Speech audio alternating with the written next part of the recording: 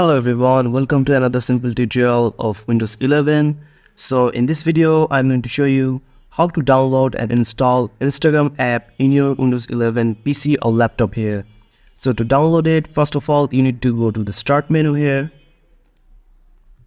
And then you just have to go to the Microsoft Store here. So click on Microsoft Store. After opening the Microsoft Store here, you need to go to the search bar and search for Instagram here.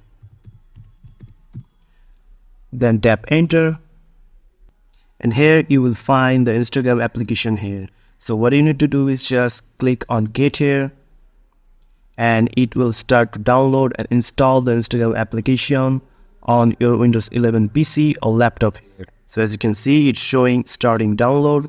After installing and download the Instagram app, you just need to click on open here, and your Instagram application will be open here.